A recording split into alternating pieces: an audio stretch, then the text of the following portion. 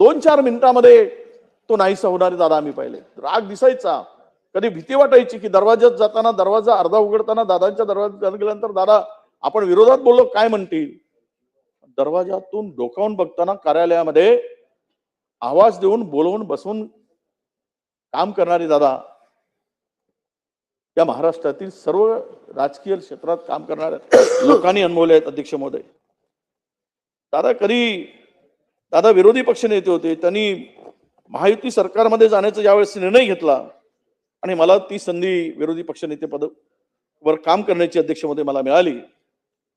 सभागृहात बसून सगळ्यांचे भाषण ऐकणारे, मुद्दे लिहून घेणारे, कधी आम्हाला सुनावणारे, टोमणेही मारणारे, ग्रामीण भागातील एखादी समस्या जर सांगितली किंवा मुद्दा मांडला अध्यक्ष महोदय, तो दादांनी कधीच नाही म्हटलं नाही आणि ते लिहून घेऊन मदत करण्याचं काम नेहमी दादांनी केलेलं आहे. त्यांच्यावर आम्ही टीका नेहमी करत असतो, केलीच, पण त्यावेळेस टीकेतून मात्र कधी त्यांनी भाषणातूनही आम्हाला रागवल्याचं मी बघितलं नाही.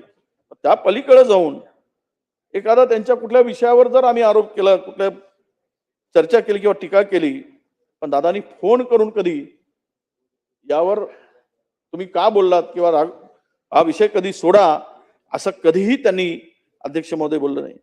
विरोधक आहे, टीका करणे हा त्यांचा अधिकार आहे, याची जाणीव दादांना होती आणि ती नेहमीच दादांनी ठेवलेली आहे. म्हणून विरोधक असल्यावरही ती टीका राजकीय आहे, ती वैयक्तिक नाही असं दादा नेहमी खिलाडू वृत्तीने सांगत असायचे. दादांची कारकीर्द जी सुरू झाली ती अत्यंत म्हणजे साखर कारखान्यापासून सुरू झालेली कारकीर्द आणि त्यांचा प्रवास राज्याच्या उपमुख्यमंत्री पदापर्यंत पोहोचलाय. हा केवळ त्यांचा कामाचा धडाका आणि प्रशासनाचा धाक. मी स्वतः दादाबरोबर सांगितलं की काम केलंय, म्हणून मला अनेक दादांच्या बैठकीला येताना अधिकारी का घाबरतात, कारण दादा स्वतः तयारी करून यायची, सगळ्यांनी आता या ठिकाणी सांगितलंय. संकटातला बजेटचा तो खरं म्हणजे संकट काळातल्या बजेटचा मास्टर म्हणून दादा त्यावेळेस अर्थमंत्री म्हणून महाराष्ट्राला ओळखली झाली, महाराष्ट्रामध्ये ओळख निर्माण करून गेली. कारण कोरोनाचा काळ होता, त्यावेळेस राज्याचं उत्पन्न अत्यंत घटलेलं होतं, परंतु दादांनी अर्थमंत्री म्हणून जी आर्थिक शिस्त लावली ती खरं म्हणजे वाखाणण्याजोगी होती. की आमचे निधीवरून अनेकदा वादही झालेत, पण कमी खर्चात घर कसं चालवायचं हे दादांनी त्या काळात दाखवून दिलं. आणि पहाटे 5 वाजता कामाला सुरुवात करणाऱ्या दादांनी महाराष्ट्राला आर्थिक शिस्त लावण्यामध्ये कुठेच कमी पडले नाहीत. एक असा द्रष्टा नेता, जो लोकनेता म्हणून महाराष्ट्राने दादांचं काम आणि कार्य बघितलं. अध्यक्ष महोदय, सलग 7 वेळा आमदार म्हणून, 6 वेळा राज्याचं उपमुख्यमंत्री पद भूषवलं. पिंपरी चिंचवड सारख्या कामगाराचं शहर असलेल्या शहराचं कायापालट करून आधुनिक शहर बनवण्यामध्ये सुद्धा दादांचा प्रचंड मोठा वाटा या ठिकाणी आम्ही पाहिला. अध्यक्ष महोदय, लोड शेडिंग मुक्त महाराष्ट्र, शेतकरी कर्जमाफी, लाडकी बहीण योजना, अशा प्रत्येक ठिकाणी दादांची अंमलबजावणी करण्याची गती ही नक्कीच धडकी भरवणारी होती. लाडकी बहीण योजना तर खरी तर राज्याच्या तिजोरीवर ताण आणणारी योजना आहे, याबाबत आपले मत त्यांनी मांडलेत. पण विधानसभा निवडणुकीत निवडून आल्यानंतर, निकाल लागल्यानंतर लाडक्या बहिणींनीच आम्हाला वाचवलंय हे सुद्धा निखळपणे मान्य करणारे दादा महाराष्ट्राने पाहिले. म्हणून या सगळ्या आठवणी आणि त्यांचं काम, या एक खूप आठवणी आहेत. कारण आम्ही काम केलंय, कॅबिनेट मंत्री म्हणून, राज्यमंत्री म्हणून त्यांच्या मंत्रिमंडळात काम करायची संधी मिळाली आणि अनेक गोष्टी त्यांच्याकडून आम्हाला शिकता आल्यात. या ठिकाणी मुख्यमंत्री बनण्याचं स्वप्न दादांचं होतंच, कारण ते इतके शिस्तबद्ध नेते होते की आपल्या कामाबरोबर आरोग्याची सुद्धा उत्तम काळजी घेणारे हे दादा होते. त्यांचं संपूर्ण कारकीर्द पाहिली तर दादा हे अजात शत्रू म्हणूनच त्यांची ओळख आहे. आज त्यांच्या या अजात शत्रूच्या कामामुळेच महाराष्ट्राच्या डोळ्यामध्ये अध्यक्ष महोदय पाणी आहे की अख्ख्या महाराष्ट्र हळहळताना आपण पाहिलाय.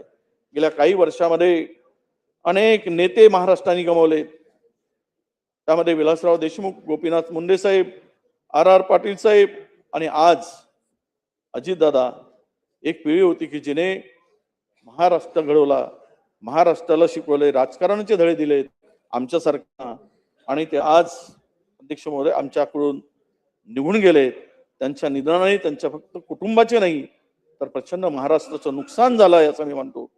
आपली मायभूमी, आपली कर्मभूमी हे अजितदादांनी जिथून सुरुवात केली तिथेच त्यांनी शेवटचा श्वास घेतला. या अशा शब्दाचा पक्का कामाचा धडाका, विकासाचा वारसा असलेल्या अजितदादांना एक विधा करंदीकर असे म्हणतात की असे जगावे दुनियेमध्ये आव्हानांचे लावून उत्तर, नजर रोखुनी नजरेमध्ये आयुष्याला द्यावे उत्तर. नको गुलामी नक्षत्रांची, भीती आंधळी ताऱ्यांची, आयुष्याला भिडता नाही चैन असावी स्वप्नांची. असे दानगी इच्छा ज्यांची, मार्ग त्याला मिळती सत्तर, नजर रोखुनी नजरेमध्ये आयुष्याला द्यावे उत्तर. पाय असावे जमिनीवरती कवेत अंबर घेताना, हसू असावे ओठावरती काळीज काढून देताना. संकटासही ठणकावून सांगावे आता ये बेहत्तर, नजर रोखुनी नजरेमध्ये आयुष्याला द्यावे उत्तर. करून जावे असेही काही दुनियेतून या जाताना, गहिवर यावा जगास साऱ्या निरोप शेवटचा देताना. कठोर त्या काळालाही क्षणभर व्हावा कातर कातर, नजरेमध्ये नजर नकोनी आयुष्याला द्यावे उत्तर. दारा आपण नाही या पुढच्या बाकावर असेल, इथल्या बाकावर असेल, बसलेले दिसलेत की या सभागृहामध्ये शांतता असायची. कोणी उलट सुलट आवाज बोलताना कधीच कोणी पाहिलं नाही, आणि बोलताना दिसलाच तर दादाचा कठोर स्वर हा हातोडे रुपये मारल्याप्रमाणे तो असायचा, हातोडा मारतो त्याप्रमाणे असायचा. अशा एक लोकप्रिय नेत्याला महाराष्ट्राने गमावला आहे, जी खरं म्हणजे ही पोकळीच आहे. कदाचित ते राज्याचे मुख्यमंत्री झाले असते तर पुन्हा महाराष्ट्र यापुढे अजित गतिमानाने पुढे गेला असता. हे जे स्वप्न होतं ते स्वप्न आज अपुरे राहिलंय.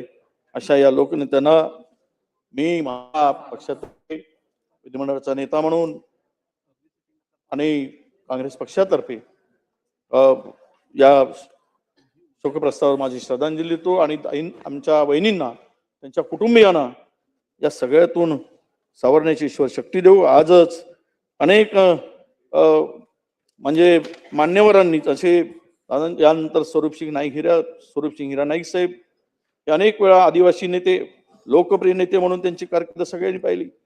शालीनताई पाटील, आमचे राज पुरोहित साहेब आमच्याबरोबर, आम्ही त्यांच्या खरं म्हणजे एक लॉबीतील मित्र, सभागृहातील जरी असलं तरी असे म्हणून त्यांची आम्ही सगळ्यांची ओळख होती. गंगाधरराव पटणे साहेब, नीलकंठराव फाळक साहेब, विश्वास नांदेकर साहेब यांच्याबरोबर आम्ही काम केलंय. आणि रूपलेखा ढोरेताई, या सर्व माजी विधानसभा सदस्यांच्या दुःख निधनाबद्दल आम्ही माझ्या विधिमंडळाचा नेता म्हणून काँग्रेस पक्षातर्फे शोकसंवेदना व्यक्त करतो. थांबतो. धन्यवाद. गुलाबराव पाटील साहेब.